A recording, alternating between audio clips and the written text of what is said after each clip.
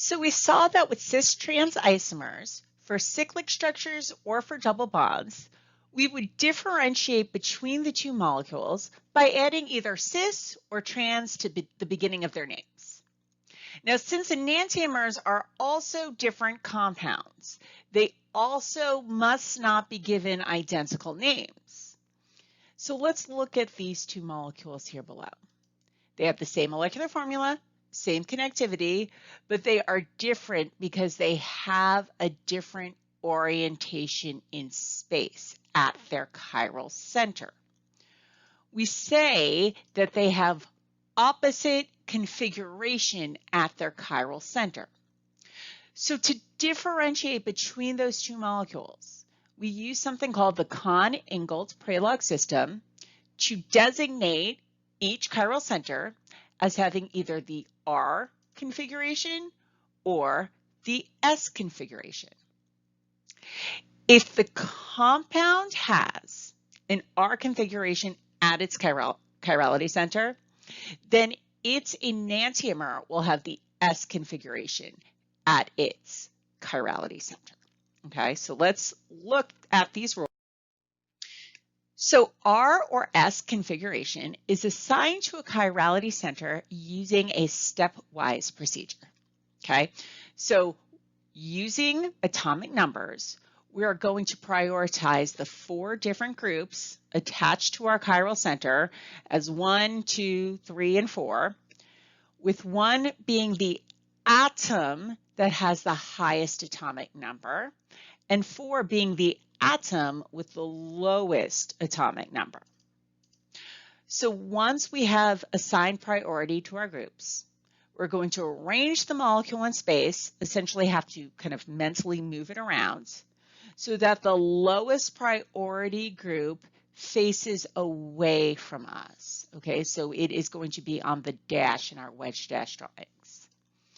Then we're going to draw a circle from group 1 to 2 to 3, and if the circle is drawn in a clockwise orientation, we have the R configuration, and if it's drawn in a counterclockwise orientation, we have the S configuration. So again, I do need to say that if you do have molecular models, now is definitely the time to pick it up. Okay, so the first step. Using atomic numbers, we prioritize the 4 groups attached to our chirality center. The higher the atomic number of the atom attached, the higher the priority. So when we assign priority, we are looking only at the atom attached directly to the chiral carbon, not the entire group, just the atom attached to the chiral carbon. So let's look at our chiral center here. We see that the atoms that the carbon are directly attached to are a chlorine, a hydrogen, a carbon, and an oxygen. Based on the atomic numbers of each of those atoms, we would rank chlorine as being number 1, the group with the oxygen attached as being number 2, the group with the carbon attached to the chiral center as being number 3, and finally, the hydrogen as being number 4. Now, in the second step, we need to make sure that our lowest priority group, our hydrogen, is in the back or on the dash. Right now, the lowest priority group is on the wedge, if you looked at that drawing. It's sticking out towards me. To get it in the correct position, I need to rotate the molecule. And this is where the molecular models might come in very handy. Now, once the molecule is in the correct position, I'm now going to draw a circle from group 1 to group 2 to group 3. If the circle is clockwise, then my configuration at the chiral center is R. And if the circle is counterclockwise, then the configuration is S. When the groups attached to a chirality center are similar, it can be tricky to prioritize them. For example, when you see you have two different carbon chains attached to a chiral carbon. The atom attached to the chiral carbon will be a carbon for both chains. So how do we differentiate them? We need to analyze the atomic numbers one layer at a time. Let's look at an example that we have here. Again, we look at the atoms directly attached to the chiral center and make a determination of priority based on atomic number. So I see an oxygen attached, a hydrogen, a carbon, and then finally another carbon attached to the chiral center. So based on the atomic numbers of those atoms, I would see that oxygen is number 1 and hydrogen is number 4. That was easy.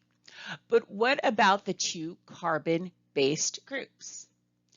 Here, we have to compare the atomic weights of the atoms bonded to each carbon to break the tie.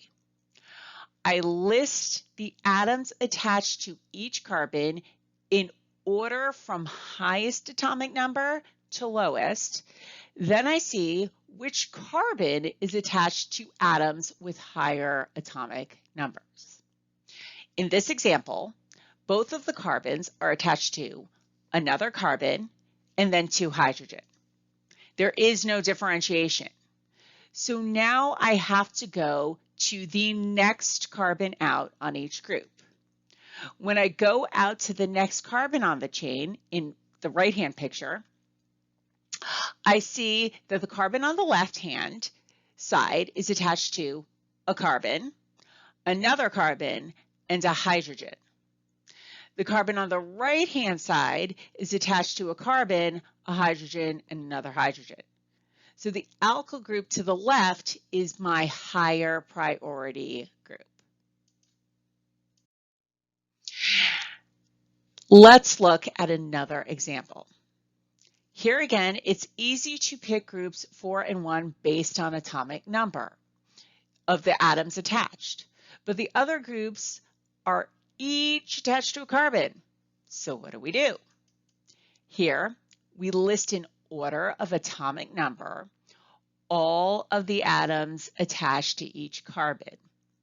The group on the left, the carbon is attached to an oxygen, a hydrogen, and a hydrogen. On the right, we have the carbon attached to a carbon, and then a third carbon. So the group on the left is a higher priority group since oxygen has a higher atomic number than carbon.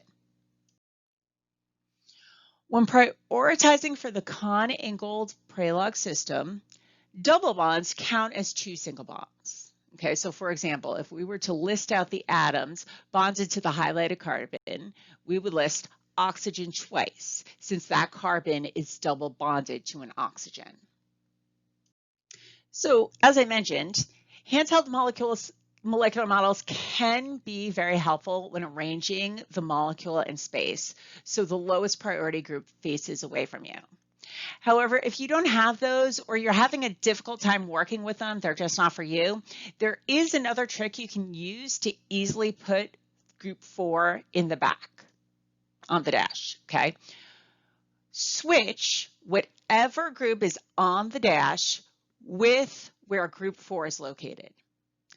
Then, once again, switch the other two groups. With the fourth priority group facing away, you can now designate the configuration. All right, so now let's quickly review what our steps are for designating the configuration at a chiral center. Okay, first, identify the 4 atoms directly attached to the chiral center. Then we assign priority based on the atomic number of each atom directly attached to the chiral center. Highest atomic number will be 1, lowest atomic number will be 4. When you run into the situation of 2 atoms having the same atomic number, we need to move away from the chirality center one by one, looking for the first point of difference. When constructing the list to compare, we need to remember to list the atoms out in order of highest atomic number. And if you see a double bond, that counts as 2 individual bonds to that atom. Then we rotate the molecule or do the switches in order to get group 4 in the back. And then finally, draw our circle from 1 to 2 to 3 to determine whether we have the R or S configuration. Now finally, when we have a chiral center that we have deciphered as being R or S, to add it to the name, we simply put it in parentheses at the beginning of the name of our molecule. If you have a molecule with more than one chiral center, you do need to put the number in front of the RS configuration to indicate which chiral center has which configuration. However, if you only have one chiral center, you do not need to add in that number.